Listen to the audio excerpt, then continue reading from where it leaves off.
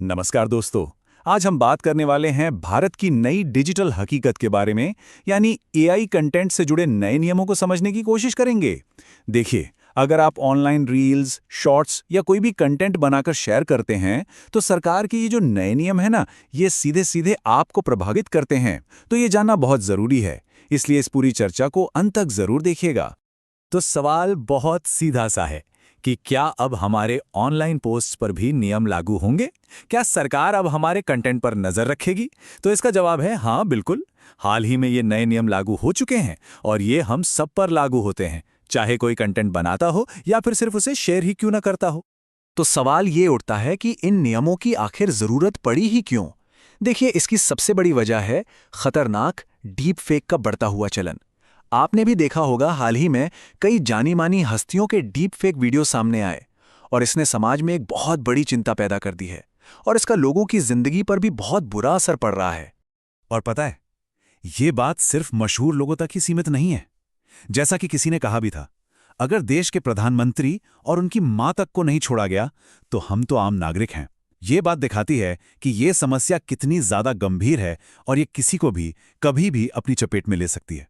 ठीक है, तो चलिए इसे एक एक करके पूरा समझते हैं। सबसे पहले हम बात करेंगे डीप फेक के खतरे के बारे में, फिर एक एक करके तीनों नए नियमों को देखेंगे। मतलब क्रिएटर का क्या काम है, प्लेटफॉर्म की क्या भूमिका है और यूजर्स को कैसे अलर्ट किया जाएगा। इसके बाद हम उस नो गो जोन पर भी नजर डालेंगे जहां कुछ चीजें पूरी तरह से बैन है। और आखिर में हम ये समझेंगे कि ये सब हमारी डिजिटल दुनिया को कैसे बदल रहा है। तो चलिए शुरू करते हैं पहले सेक्शन से, डीप फेक का खतरा। आखिर इन नए नियमों की जरूरत क्यों आन पड़ी?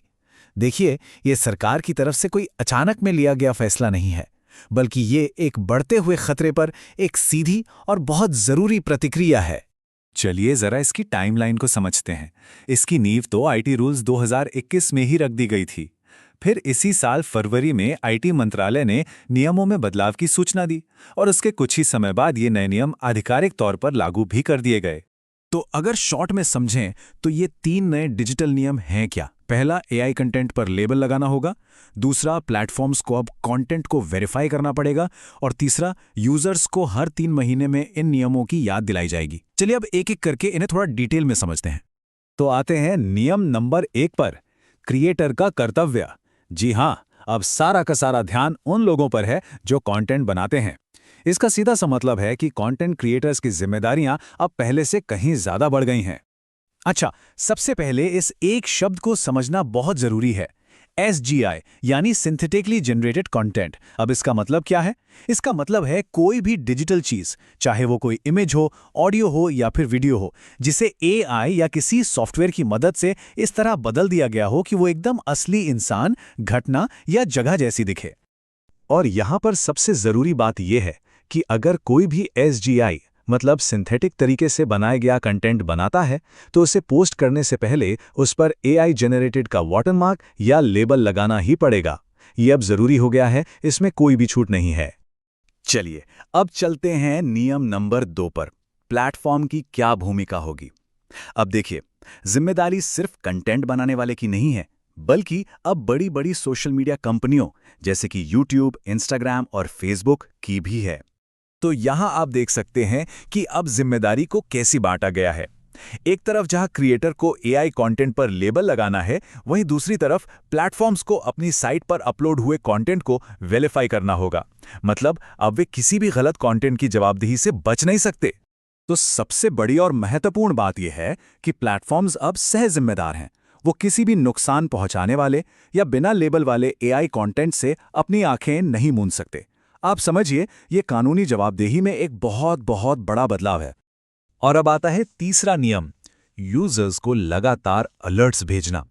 ये नियम इस बात पर फोकस करता है कि प्लेटफॉर्म्स अपने यूजर्स को एक्टिव तरीके से और लगातार नियमों के बारे में बताते रहें, ताकि सबको इनकी जानकारी हो। सवाल है कितनी बार? तो जवाब है हर 3 महीने में।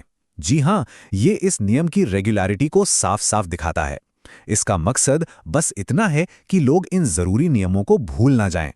इसका मतलब ये हुआ कि प्लेटफॉर्म्स को अब हर 3 महीने में अपने सभी यूजर्स को एक पॉपअप या नोटिफिकेशन भेजना ही होगा। इसमें उन्हें बताया जाएगा कि गलत कंटेंट के खिलाफ क्या नियम है और AI लेबलिंग कितनी जरूरी है। देखा जाए तो ये जागरूकता बढ़ाने की दिशा में एक बहुत बड़ा कदम है। चलिए, अब आते हैं एक बहुत ही जरूरी हिस्से पर, जिसे कहा गया है प्रोहिबिटेड नो गो जोन। ये उस तरह के कंटेंट के बारे में है जिस पर आप लेबल भी लगा दें तब भी वो पूरी तरह से बैन है और इसे शेयर करने पर गंभीर परिणाम भुगतने पड़ सकते हैं। जरा इस लिस्ट को ध्यान से देखिए। बच्चों से जुड़ी कोई भी गलत सामग्री, फर्जी दस्तावेज या अफवाहें, वॉइस क्लोनिंग जैसे फर्जी इलेक्ट्रॉनिक रिकॉर्ड्स, डीप फेक और हथियार या गोला बारूद को बढ़ावा देने वाला कोई भी कंटेंट, ये सब कुछ सरकार के नो गो जोन में आता है। यहाँ पर लेबलिंग का तो सवाल ही नहीं उठता, इन पर सीधा सीधा बैन है। तो अब हम आ गए हैं अपने आखिरी सेक्शन पे, एक नई डिजिटल हकीकत। यकीन मानिए, ये 3 नियम और नो गो जोन, ये सब मिलकर हमारे ऑनलाइन एक्सपीरियंस को पूरी तरह से बदलने वाले हैं। तो इस सब से हमें क्या सीखना चाहिए? सबसे बड़ा सबक ये है कि जिम्मेदारी अब बंट चुकी है। ये साझा है। ये सिर्फ किसी एक इंसान पर नहीं, बल्कि क्रिएटर्स और प्लेटफॉर्म्स के पूरे इकोसिस्टम पर है। एक सुरक्षित डिजिटल दुनिया बनाने की जिम्मेदारी अब हम सबकी है। और आखिर में ये सब हमें एक बहुत बड़े सवाल के साथ छोड़ जाता है कि ये सुरक्षा है या सेंसरशिप। भारत में डिजिटल दुनिया में अपनी बात कहने की आज़ादी के लिए ये लाइन आखिर कहाँ खींची जानी चाहिए? ये एक ऐसा सवाल है जिस पर हम सभी को सोचना होगा। इस अहम मुद्दे पर आपकी क्या राय है, हमें कमेंट्स में ज़रूर बताइएगा। ऐसी ही जानकारी के लिए ऑल कैन स्टडी को सब्सक्राइब कीजिए। धन्यवाद। चलिए